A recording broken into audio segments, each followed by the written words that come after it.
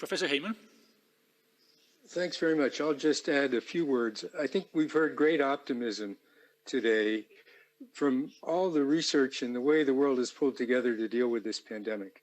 And we're continuing to do that moving forward. We've also heard reality. And that reality, as Mike has just said, is that that virus will likely remain with us endemic in the future.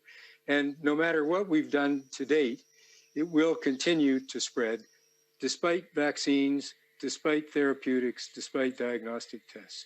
We have to learn to live with this and use the tools that we can in the best way possible.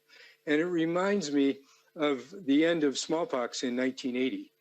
In 1980, smallpox was eradicated using a vaccine which was imperfect. That vaccine actually killed 1 per million persons vaccinated.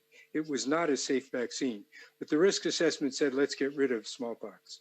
It was eradicated, 1980 certified. 1984, a military recruit in the US was vaccinated with the smallpox vaccine. He actually was HIV infected and not known to be infected. This was an AIDS-defining event, and 6 months later, he died from AIDS.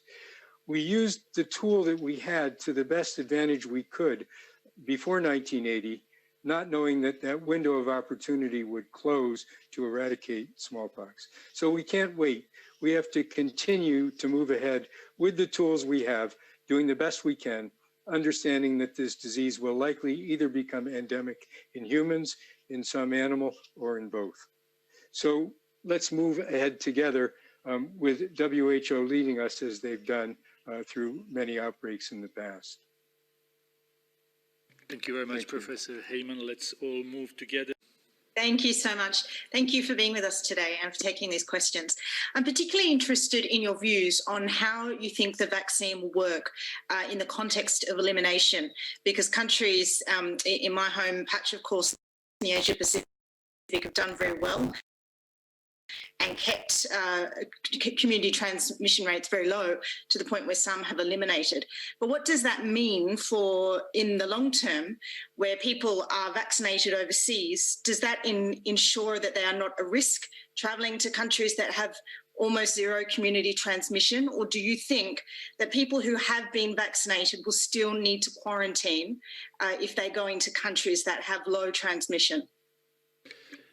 That's an excellent question, Latika. Thank you very much for that. I'll ask her, Dr. Swaminathan, if she can answer this question.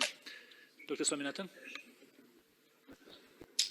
Thank you. And others might want to add, but I think that's a really important question. And I think, Latika, what we're learning now, and we continue to wait for more results from the vaccine trials, is to really understand if these vaccines, apart from preventing symptomatic disease and severe disease and deaths, whether they're also going to reduce infections or prevent people from getting infected with the virus, prevent them from passing it on or transmitting it to other people. At the moment, I don't believe we have the evidence on any of the vaccines to be confident that it's going to prevent people from actually getting the infection and therefore being able to pass it on. So I think till we know more, we need to assume that people who have been vaccinated also need to take the same precautions till there's a certain level of herd immunity, of course, that's been built in the population. So again, this is a dynamic and evolving field. And I think our understanding and our recommendations will change as we get more follow-up data from these trials. I agree with what Maria has said. We are and have always been a learning organization. And I think we've learned over the years that no one institution has all the capacity when it comes to dealing with these kinds of threats.